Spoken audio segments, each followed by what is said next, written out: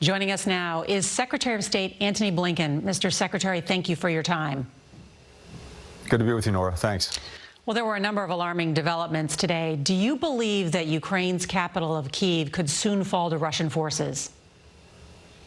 Well, it's certainly under threat, and it could well be under siege. This is the opening salvo of a massive invasion, and we see this continuing and threatening Kyiv and threatening other major cities in Ukraine.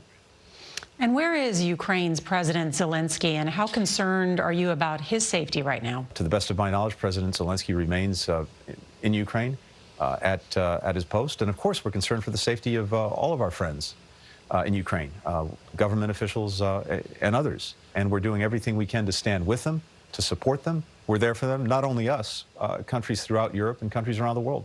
And we learned today that Russia captured Chernobyl. Ukraine's foreign minister raised the specter of another nuclear disaster. Is that something the U.S. government is concerned about? Well, they're going after various utilities, power facilities. Chernobyl's one of them. Obviously, that causes heightened concern and scrutiny. It's something we're looking very carefully at. When President Biden addressed the nation today, he said that Putin wants a new Soviet Union. Is there intelligence to suggest that President Putin will advance beyond Ukraine?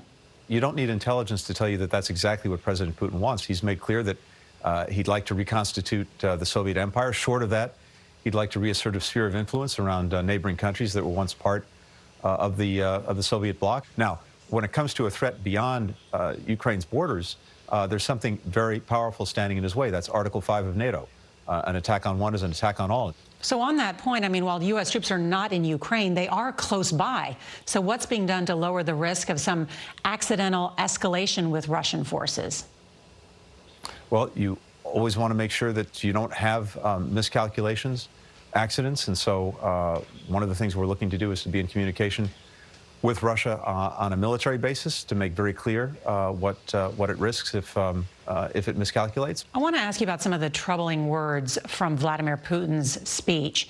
He warned of consequences never seen in history. Was he threatening a nuclear attack? Well, I can't begin to get into his head and to say exactly what he means by those kinds of words, that kind of bluster. But again, we've been prepared for whatever course that he chooses to take. We were prepared to engage diplomatically if we could, to divert him from the aggression that he's pursued. We are also equally prepared now that he's committed that aggression. Russia's economy is fueled by gas, and the U.S. is a consumer. So would the U.S. consider cutting off oil and gas purchases from Russia?